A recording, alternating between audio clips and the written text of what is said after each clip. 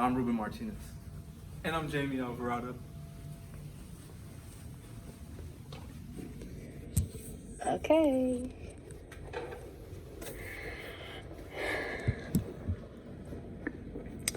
So today I will be talking about mental illness to persuade you by the end of my speech on prioritizing rehabilitation over incarceration for drug-related cases in the area. Drug addiction should not be handled with jail time. Good afternoon, my name is Kaylin Delion Mariquin, and I am an idealist with my very own solution for the problem of drug dependence. Today I'm going to enlighten others with a very important resolution that could potentially make drug-related problems subside the world. I have educated myself on the common issues with prison and the statistics of people that were sentenced for substance abuse.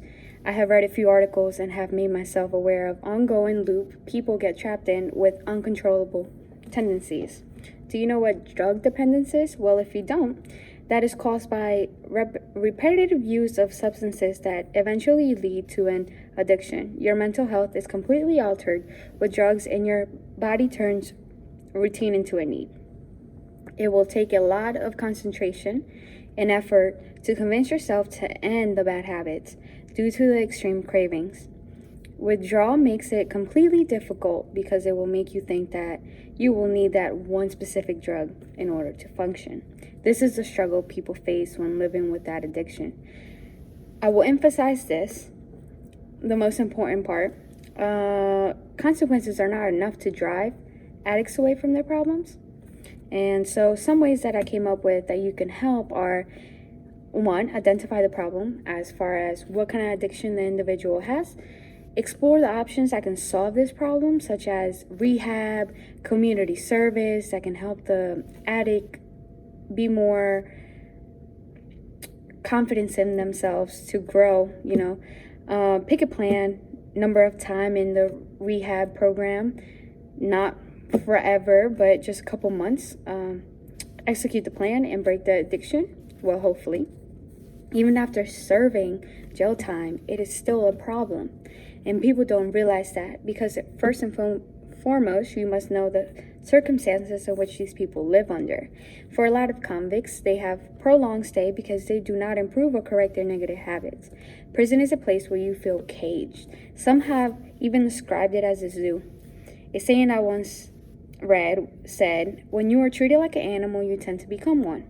The conditions are quite harsh because most of these prisoners are treated badly regardless of being a minor crime or more serious crime. And we see this every day in the news where people that have, let's say, been caught with marijuana and they serve about 5 years in jail, to where a rapist serves only 2 years in jail. That has a lot of people, mad, because situations like that, they still get treated badly. And I think as a society, we should be focused more on stuff that can hurt the community, can hurt our kids, and that would be the rapists around. I feel like we should be able to help one another and improve each other by sending somebody to rehab for addictions rather than just sending him to prison and have the prison overcrowded. So prisons focus more on punishment rather than self-improvement and rehab, like I said, and that's why it's a psychological support is really important for their mental health. Ways we can help: you must provide opportunities to change for the betterment of yourself. Prison should make it easier to have one-on-one professional counselor with a chaplain. You must provide therapeutical sessions to establish trust and a good potential. People in prison feel like they have nothing to lose because they don't believe in themselves, basically, and we need to build their confidence. We need to self-improve them. We need to encourage them, and we need to tell them that there's so much more out there in the world rather than being stuck in prison. We need to have them looking towards something in the future rather than just, sitting in a cell, reading books, or getting into issues within the prison. You must provide programs to withdraw from the addictions and train the mind to be sustained.